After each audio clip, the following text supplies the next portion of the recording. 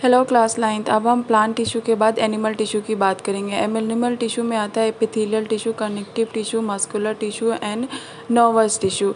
Epithelial tissue further दो तरीके के होते हैं, सिंपल, कॉम्प्लेक्स। सिंपल में आता है squamous epithelium, cuboidal epithelium and columnar epithelium. Complex में आता है हमारे stratified and ciliated epithelium.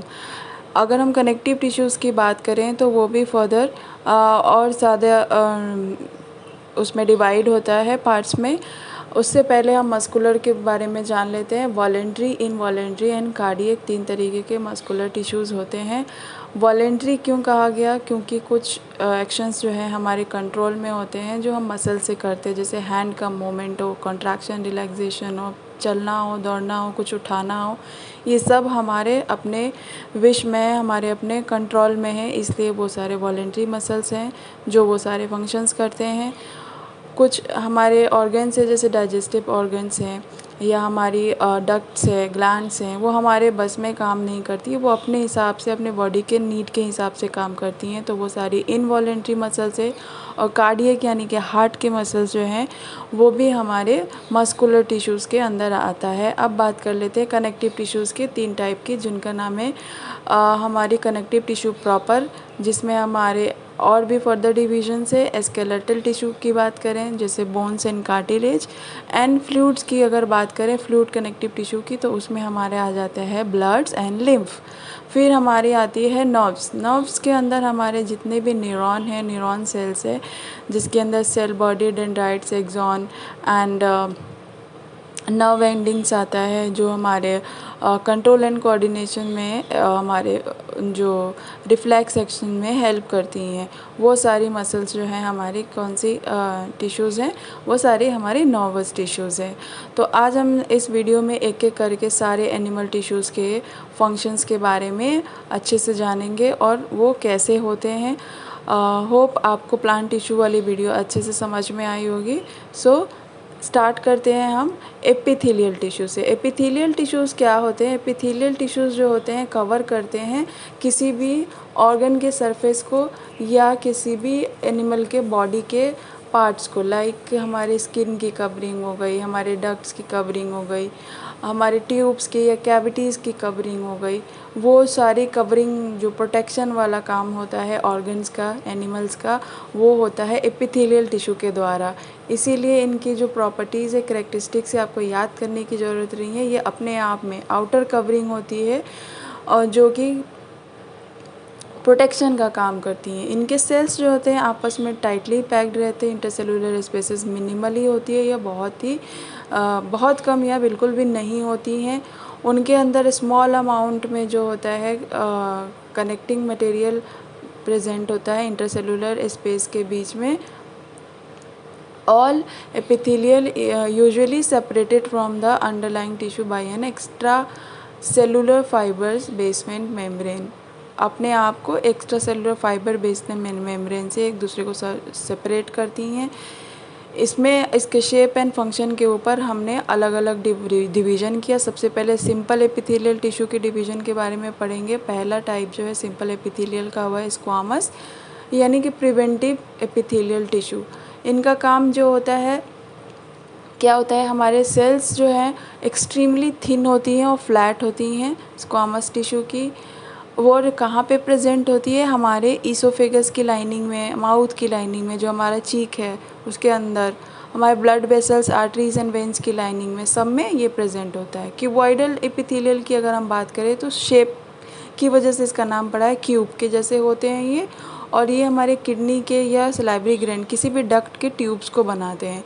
Columnar epithelial की अगर हम बात करें तो ये पिलर लाइक स्ट्रक्चर्स होते हैं, इसलिए इनको कॉलमनार कहते हैं। इसमें टॉल सेल्स होती हैं, फ्लैट या थिन सेल्स नहीं होती हैं। इनर लाइनिंग जो होती है इंटेस्टाइन की, उसके अंदर ज़्यादातर पाई जाती हैं, क्योंकि ये एब्जॉर्प्शन और सिक्रीशन को फैसिलिटेट करता है। डिपेंडिंग अपॉन कि इस पे हेयर्स प्रेजेंट है कि नहीं, हेयर लाइक स्ट्रक्चर जिसको सीलिया कहते हैं, तो कॉलमनार एपिथेलियल को हम सिलिएटेड एपिथेलियल सेल्स भी कहते हैं और ये हमारे fallopian tube and respiratory tract में पाया जाता है।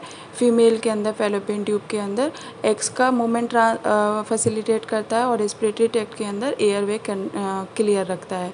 ग्लैंडुलर एपिथेलियल, अगर इसके ऊपर कोई ग्लैंड प्रेजेंट है जैसे स्वेट ग्लैंड हो गया, हमारे कोई डक्ट ग्लैंड हो गए, तो इसको हम ग्लैंडुलर एपिथेलियल कह देंगे। और अगर सेंस ऑर्गन के अंदर ये होगा और कोई हमारे स्टिमुलाई को रिसीव करने के काम करेगा जैसे ईयर्स में, नोज़ में, टंग में, तो इनका काम जो है सेंसरी रिसेप्टर का हो जाएगा। तो इन सारे टिश्यूज़ को सेंसरी एपिथेलियल टिश्यूज़ भी कहते हैं। सो आपको समझ में है कॉलमनर के फर्दर 3 डिवीज़न किस वजह से है, based on their functions. Ciliated hair like structure होगा, ग्लैंडुलर में ग्लैंड्स होंगे और सेंसरी एपिथेलियल में सेल्स, रिसेप्टर सेल्स होंगे। सो ये 3 डिवीज़न हो गए हमारे कॉलमनार एपिथेलियल के। अब हम बात करते हैं अगली टिश्यू की, जो कि कॉम्प्लेक्स एपिथेलियल टिश्यू है। कॉम्प्लेक्स एपिथेलियल टिश्यू जो हमारी है वो है स्ट्रेटिफाइड स्क्वामस एपिथेलियल टिश्यू। इसको कॉम्प्लेक्स क्यों कहा गया? क्योंकि इसमें एक लेयर ऑफ टिश्यू नहीं होता, ये मैनी लेयर ऑफ टिश्यूज से आपस में एक दूसरे के ऊपर पैकिंग करके बनाते हैं ये टिश्यू, इसीलिए इनको स्ट्रेटिफाइड कहते हैं। और ये जो होता है बहुत टफ होता है, वियर एंड टियर मसल्स में पाया जाता है। वियर एंड टियर को रोकने का काम करता है complex epithelial tissue. Connective tissues में हमारे आते हैं फर्दर, पहला जो है लूज कनेक्टिव टिश्यू, जिसको हम कनेक्टिव टिश्यू प्रॉपर कहते हैं, उसमें आता है एरियोलर टिश्यू यानी कि loose connective tissue, fibrous tissue, fibres में आ जाते हैं टेंडन्स एंड लिगामेंट्स। और आती है हमारी एडिपोज टिश्यू, जिसका काम होता है स्टोरेज ऑफ फैट का। तो ये जो एडिपोज टिश्यू पाया जाएगा स्किन के पीछे पाया जाता है, टेंडन एंड लिगामेंट्स स्केलेटन के अंदर पाया जाता है। और कनेक्टिव टिश्यूज़ के अंदर फ्लूइड्स भी आते हैं जिसमें आता है bones and bloods and limbs. So connective tissue के बारे में हम बात करते हैं स्केलेटल टिश्यूज़ की। स्केलेटल टिश्यू के अंदर 2 मेन चीज़ें होती है, कार्टिलेज एंड बोन। कार्टिलेज जो होती है वो फ्लेक्सिबल इन नेचर होती है और ये सपोर्ट प्रोवाइड करती है बॉडी को। आपके नोज़ में, आपके ईयर्स में, आपके ट्रैकिया और लैरिंग्स में कार्टिलेज पाए जाते हैं। और बोन्स का जो काम होता है वो हमारे बॉडी को रिजिडिटी प्रोवाइड करना होता है, पूरा हमारा स्केलेटल सिस्टम को बनाना होता है, इसीलिए ये स्ट्रॉन्ग होते हैं और नॉन फ्लेक्सिबल होते हैं। और ये ऐसा क्यों होते हैं, ये इतना हार्ड क्यों होता है, नॉन फ्लेक्सिबल क्यों होता है? Due to the deposition of the phosphorus and the calcium. Phosphorus and calcium जो है उसके डिपोजिशंस की वजह से बोन्स जो होते हैं सख्त हो जाते हैं और हार्ड हो जाते हैं। सो अब हम जान लेते हैं बेसिक डिफरेंस कि जो हमारे टेंडन्स हैं और लिगामेंट्स हैं इसके अंदर क्या डिफरेंस है। टेंडन्स एंड लिगामेंट्स जो होता है कनेक्ट करता है मसल्स को स्केलेटल सिस्टम से और बोन को बोन से। सो टेंडन को आप याद रखना, वो जो है क्या होता है, वो कार्टिलेज होता है और बोन होता है उसको कनेक्ट करता है, यानी मसल्स को बोन से कनेक्ट करने वाला जो फाइबर होता है वो टेंडन होता है। और लिगामेंट क्या होता है, वो कनेक्ट करता है टिश्यूज़, स्केलेटल टिश्यू को आपस में, यानी बोन से बोन के कनेक्शन में जो हेल्प करता है टिश्यू, वो होता है हमारा टेंडन। अब हम बात करते हैं फ्लूइड कनेक्टिव टिश्यू की। टेंडन और लिगामेंट में आपको डिफरेंस समझा दिया, ये आपके टेबल में भी आपके स्क्रीन पे दिख रहा होगा। टेंडन जो है स्ट्रॉन्ग और non flexible, ligament elastic flexible. Tendon joint जो है मसल्स को बोन से ज्वाइन करता है, लिगामेंट ज्वाइन करता है बोन को बोन से। टेंडन बनाता है हमारा फाइब्रस कनेक्टिव टिश्यू और लिगामेंट हमारा जो होता है कलरलेस येलो कलर का होता है और टेंडन कलरलेस होता है वाइट कलर का। बोन जो होती है हमारी हार्ड होती है, नॉन फ्लेक्सिबल होती है। ब्लड वेसल्स उसमें प्रेजेंट होती है, कैविटीज़ प्रेजेंट होती है जिसको हम पोरस कैविटी भी कहते हैं। कार्टिलेज जो होती है फ्लेक्सिबल होती है, ब्लड वेसल्स उसमें नहीं होती, कैविटीज़ भी उसमें एब्सेंट होती है, इसलिए नॉन पोरस होता है। अब फ्लूइड कनेक्टिव टिश्यूज़ में आती है हमारी ब्लड और लिम्फ। ब्लड जो होता है रेड कलर का सब्सटेंस होता है और ये ब्लड वेसल्स में पाए जाते हैं और जो लिम्फ होती है कलरलेस होती है और वो लिम्फ वेसल्स में पाई जाती हैं। ब्लड के फर्दर जो आप डिवीज़न देखेंगे तो मेन दो पार्ट होते हैं ब्लड के अंदर, एक होती है ब्लड प्लाज्मा और दूसरी होती है ब्लड कार्पसेल्स। ब्लड प्लाज्मा जो है हमारी ब्लड की 55% की हिस्सेदारी रखता है। इसी के अंदर हमारी जो है ब्लड, इसको मैट्रिक्स भी कहते हैं, और इसके अंदर ब्लड कार्पसेल्स रहती हैं। ब्लड कार्पसेल्स जो होती हैं 3 तरीके की होती है, red blood cells WBC, white blood cells और ब्लड प्लेटलेट्स। RBCs को इरिथ्रोसाइट्स भी कहते हैं। क्यों कहते हैं? क्योंकि ये ट्रांसपोर्ट करता है रिस्पिरेटरी गैसेस को। WBCs जो हैं हमारे वाइट ब्लड सेल्स, वो फाइट करती हैं डिजीज़ेस से और प्रोड्यूस करती हैं एंटीबॉडीज़। एंटीबॉडीज़ भी जो है हमारे जो है डिफेंस मैकेनिज़्म में काम आती है, हमें बीमारियों से लड़ने में बचाती है। ब्लड प्लेटलेट्स जो है वो ब्लड क्लॉटिंग में हेल्प करती है। जैसे कि आपके उंगली कट जाए या एक्सीडेंट हो जाए तो बहुत सारा ब्लड लॉस हो जाएगा अगर ब्लड प्लेटलेट्स हमारे बॉडी में नहीं रहेंगे। सो ब्लड प्लेटलेट्स जो है एक इम्पॉर्टेंट रोल प्ले करता है हमारे ब्लड क्लॉटिंग में, ब्लड को जमाने में जब कभी हमारी बॉडी से ब्लड लॉस होता है। लिम्फ का जो काम होता है वो भी डिफेंस मैकेनिज़्म का काम होता है। वो भी हमें जो है अगेंस्ट इन्फेक्शन प्रोटेक्ट करती है और एक्सचेंज ऑफ मटेरियल करती है हमारे ब्लड टिश्यूज़ और ब्लड के बीच में। सो WBCs के प्रेजेंट की वजह से ये जो होते हैं ये वाइट कलर की होती है, या आप इसको कलरलेस भी कह सकते हैं। Lymph is a colourless fluid having plasma and WBC। Lymph जो होता है वो एस्केप हो जाता है ब्लड कैपिलरी से और ब्लड टिश्यूज़ के अंदर आ जाता है, बॉडी टिश्यूज़ के अंदर, और वहाँ पे वो लिम्फ वेसल्स के अंदर बहने लगता है। तो जो लिम्फ होता है वो ब्लड कैपिलरीज से ना होके लिम्फ वेसल्स से फ्लो करती है हमारे बॉडी टिश्यूज़ के अंदर।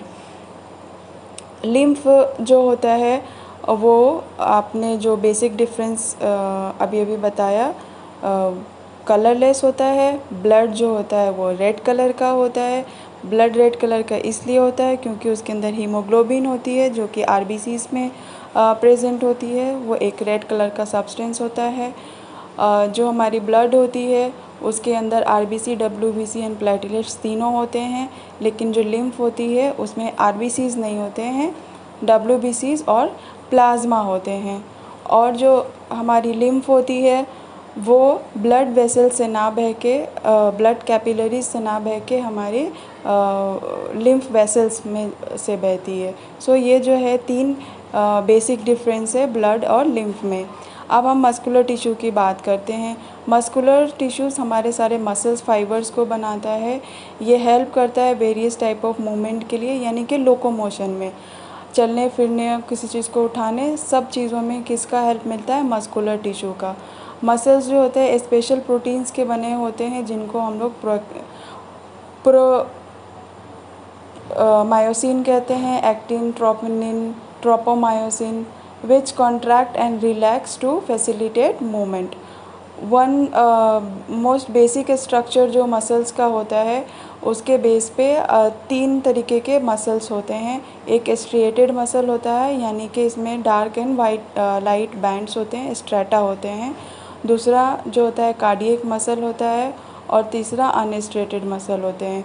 तो 3 जो मसल्स हैं उनके बारे में एक एक करके पढ़ते हैं। Striated muscles are called skeletal muscle tissue because they are mostly attach to the bones. ये जो स्ट्रेटेड मसल होता है वो ज़्यादातर बोन से अटैच रहता है। They are called striated muscles tissue because they are especially much attached to the bone. They are called striated because presence of alternative light and dark bands, जो आपको पहले ही बताया। The cells of these tissues are long, cylindrical, unbranched और multinuclear। इसके अंदर जो होता है बहुत सारे न्यूक्लियस होते हैं। ये अनब्रांच्ड होते हैं, सिलेंड्रिकल होते हैं। आपको फिगर में दिख रहा होगा 4 न्यूक्लियस दिख रहे हैं। Dark and light band, white and dark bands दिख रहे हैं, उसको स्ट्रेटा कहते हैं। सिलेंड्रिकल शेप दिख रही है और इसके अंदर मल्टी न्यूक्लियस दिख रहा है, एक से ज़्यादा न्यूक्लियस होते हैं। और ये कहाँ पे पाए जाते हैं? हमारे बोनी अटैचमेंट को, हमारे मस्कुलर टिश्यूज़ को हमारे बोन से जो अटैच करते हैं वो हमारे striated stripped voluntary skeletal muscle होता है। जैसे कि हमारे बाइसेप्स ट्राइसेप्स हो गए, हमारी थाई मसल हो गई, हमारी काफ मसल्स हो गई, ये सब कौन से मसल्स हैं? हमारे वॉलेंट्री मसल्स है। अब बात करते हैं हम इनवॉलेंट्री मसल्स की, जो हमारे कंट्रोल में नहीं है, उसका फंक्शन जो है बॉडी के नीड के हिसाब से होता है, उसको स्मूथ मसल्स भी कहते हैं। और ये सारे जो मसल्स है ज़्यादातर हमारे डक्ट ग्लैंड्स में पाए जाते हैं, ऑर्गन्स के अंदर पाए जाते हैं। मूवमेंट जो है हमारे विल के अंदर हिसाब से नहीं होता। स्मूथ मसल्स को स्मूथ इसलिए कहते हैं क्योंकि ये स्मूथ ऑर्गन्स जैसे कि विसरा से अटैच्ड रहते हैं। दे आर अनस्ट्रेटेड, इसमें कोई स्ट्रेटा नहीं होती है, डार्क और लाइट बैंड वाली। सेल्स जो होते हैं लॉन्ग होते हैं बी और पॉइंटेड एंड्स होती है, स्पिंडल शेप की होती है। आप देख सकते हैं बीच में ये चौड़े चौड़े न्यूक्लियस के साथ है और किनारी इनकी पतली पॉइंटेड है, स्पिंडल शेप की है। इसके अंदर वन सिंगुलर न्यूक्लियस होता है। They are found in alimentary canal, जो हमारी एलिमेंट्री कैनाल है, ब्लड वेसल्स है, हमारी आई की आइरिस है, और हमारी यूट्रस है, उसकी लाइनिंग है, हमारी ब्रोंकियस है लंग्स की, उसकी सब में ये मसल्स पाए जाते हैं। अब कार्डियक मसल्स की बात करते हैं, उसको इसलिए कहते हैं कार्डियक मसल्स क्योंकि ये हार्ट के मसल्स है। ये फाउंड होता है हार्ट के दीवार पे। स्ट्रेटेड इनवॉलेंट्री मसल्स टिश्यू, ये जो है ये भी इनवॉलेंट्री है, अपने हिसाब से काम करती है, हमारे विल के हिसाब से नहीं। Due to the present of station, इसके अंदर भी स्टेटेशन होती है, लेकिन वो जो है हमारे कंट्रोल में नहीं होता है। ऊपर वाला हमारे कंट्रोल में था, ये ब्रांच्ड होता है, ऊपर वाला ब्रांच नहीं था। और ये भी सिलेंड्रिकल होते हैं लेकिन ब्रांच्ड होते हैं। Heart muscles cells are cylindrical, branched and uninucleated. जो हमारे वॉलेंट्री मसल्स स्ट्रेटेड मसल्स थे वो कैसे थे? मल्टी न्यूक्लिएट थे, सिलेंड्रिकल थे, अनब्रांच थे। तो ये दो है बेसिक डिफरेंस होता है स्ट्रेटेड और कार्डियक मसल्स का। और अनस्ट्रेटेड जो होता है स्पिंडल शेप का होता है, सिंगल न्यूक्लिएट होता है, और दोनों एंड्स पे वो पॉइंटेड होता है। अब नर्वस टिश्यू की बात करते हैं, उसका एग्जाम्पल है neuron, single unit of nerve cells. Neuron का क्या फंक्शन होता है? हमारे एक्सचेंज ऑफ इम्पल्स का, जो स्टिमुलाई होता है उसको सेंस करके रिफ्लेक्स एक्शन करना, या हमारे बॉडी का कंट्रोल एंड कोऑर्डिनेशन करना। न्यूरॉन की अगर हम बात करें, उसमें 3 मेन पार्ट्स होते हैं, साइटॉन जिसको सेल बॉडी कहते हैं, डेंड्राइट्स और एक्सॉन। साइटॉन या सेल बॉडी जो होता है उसके अंदर न्यूक्लियस रहता है, वो कनेक्टेड रहता है हमारे एक्सॉन से। और एक्सॉन जो 2 एक्सॉन के बीच का जो मेल होता है, वहाँ पे हम साइनेप्स बनाते हैं, और एक्सॉन की एंडिंग को हम नर्व एंडिंग कहते हैं। साइटॉन का काम क्या होता है? Is the last central nucleus of cytoplasm from which the long thin hair like part arises. आपने देखा साइटोप्लाज्म रहता है, न्यूक्लियस रहता है सेल बॉडी के अंदर, और उसके बाहर डेंड्राइट्स होते हैं सारे। एक डेंड्राइट्स क्या होता है? शॉर्ट ब्रांच फाइबर्स होते हैं न्यूरॉन के, विच रिसीव नर्व इम्पल्स। इनका काम होता है नर्व इम्पल्स को रिसीव करना। एक्सॉन क्या होता है? Is a single long conducting fibre extending from a neuron that transmit impulse. अब ये क्या करेगा? जो साइटॉन जो है सेल बॉडी इम्पल्स रिसीव करेगी, उसको ट्रांसमिट करेगा, हमारी सेल बॉडी से निकालेगा, और वो केमिकल सिग्नल के फॉर्म में निकलता है। इनकी जो है नर्व सेल्स कहाँ कहाँ पे आपको मोस्टली मिलेगी? हमारे स्पाइनल कॉर्ड पे, हमारे ब्रेन से। 2 ही जो है हमारा कंट्रोल मैकेनिज्म होता है, सेंट्रल नर्वस सिस्टम और पेरिफेरल नर्वस सिस्टम। इस दोनों सिस्टम से सारे के सारे हमारे नर्व्स निकलते हैं। अब बात करते हैं function of nerve cells. Function आपको बता दिया, ये क्या करता है? नर्व इम्पल्स को, जो इलेक्ट्रिक इम्पल्स है उसको कंडक्ट करता है, रिसीव करता है, और उसको केमिकल इम्पल्स में चेंज करके हमारे अगले न्यूरॉन तक पहुंचाएगा, ये हमारे बॉडी टिश्यू तक पहुंचाएगा। It control the body activities, it coordinates among the various body parts during the body function. तो कंट्रोल एंड कोऑर्डिनेशन दोनों न्यूरॉन का फंक्शन है। डेंड्राइट्स कैरी करता है इम्पल्स को, और वो ले जाता है साइटॉन तक। साइटॉन से इम्पल्स निकल के जाएगी एक्सॉन तक, जो कैरी करेगा इम्पल्स को अवे फ्रॉम साइटॉन। साइनेप्स बताया वो जंक्शन होता है जहाँ पे यूनियन होता है 2 एक्सॉन का, एक न्यूरॉन से दूसरे न्यूरॉन का। The dendrites of the another neuron joins with the nerve ending of the next neuron. तो एक डेंड्राइट से फिर अगला नर्व एंड जुड़ेगा और इस तरीके से सारे न्यूरॉन टिश्यूज़ जुड़ जुड़ के नर्वस टिश्यू बनाएंगे। होप आपको ये पूरा का पूरा एनिमल टिश्यू अच्छे से समझ में आया। और कोई भी डाउट हो एनिमल टिश्यू से रिलेटेड, कोई क्वेश्चन हो, आप प्लीज़ कमेंट करके हमसे पूछें। और वीडियो देखने के लिए बहुत बहुत धन्यवाद। Thank you so much.